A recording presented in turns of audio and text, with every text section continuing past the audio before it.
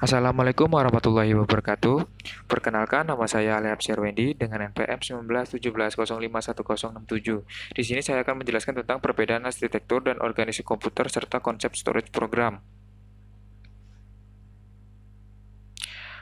Pengertian arsitektur dan organisasi komputer. Organisasi komputer adalah bagian terkait erat dengan unit operasional dan interkoneksi antar komponen penyusun sistem komputer dalam merealisasikan aspek arsitekturalnya. Sedangkan arsitektur komputer lebih cenderung pada kajian atribut-atribut sistem komputer yang terkait dengan seorang programmer. Perbedaan antara arsitektur dan organisasi komputer. Bagian yang membedakan organisasi komputer yaitu bagian yang terkait erat dengan unit operasional. Contoh, teknologi hardware, perangkat antarmuka, teknologi memori, sistem memori, dan sinyal-sinyal kontrol. Terus, arsitektur komputer. Bagian yang membedakannya yaitu atribut sistem komputer yang terkait dengan seorang programmer. Contoh, set instruksi, aritmatika yang digunakan, teknik pengamatan, lalu mekanisme 1 atau 0.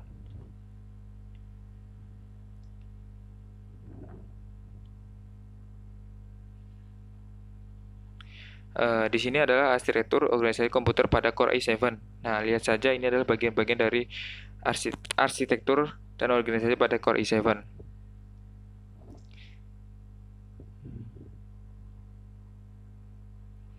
Kemudian, konsep storage program. Storage program merupakan suatu konsep yang cukup dramatis. Dengan storage program, tidak perlu merubah isi komponen dalam komputer untuk masing-masing aplikasi komputer yang berbeda. Hanya program baru untuk aplikasi itu saja yang dibacakan komputer dan disimpan di memori komputer. Program dibuat dengan bahasa mesin, yaitu terdiri dari instruksi-instruksi angka 0 dan 1 di dalam urutan-urutan tertentu. Komponen generasi pertama dimulai pada tahun 1946. Istilah komputer diambil dari bahasa Latin yaitu computare yang berarti menghitung. Komputer pada generasi pertama ini adalah komputer elektronik yang menggunakan konsep storage program atau operasi komputer dikontrol oleh program yang disimpan di memori komputer. Sedangkan komputer elektronik sebelumnya, di program tidak dapat disimpan di memori komputer, hanya tiap-tiap instruksi dibacakan ke komputer.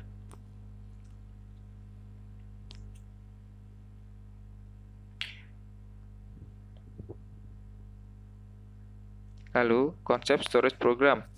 Alat pengolah data mulai dari yang paling sederhana sampai sekarang ini dapat digolongkan menjadi 4 golongan, yaitu 1.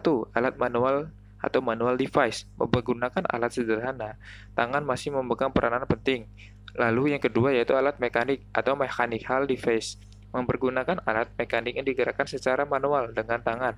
Lalu yang ketiga yaitu alat mekanika elektronik, electromechanical device, mempergunakan alat mekanik yang digerakkan oleh motor elektronik.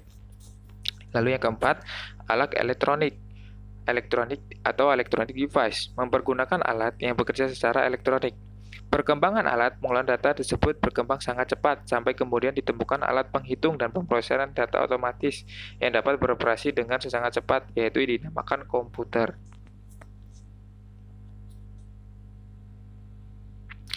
Mungkin itu saja yang dapat saya sampaikan. Apabila ada salah kata saya mohon maaf. Saya akhiri. Wassalamualaikum warahmatullahi wabarakatuh.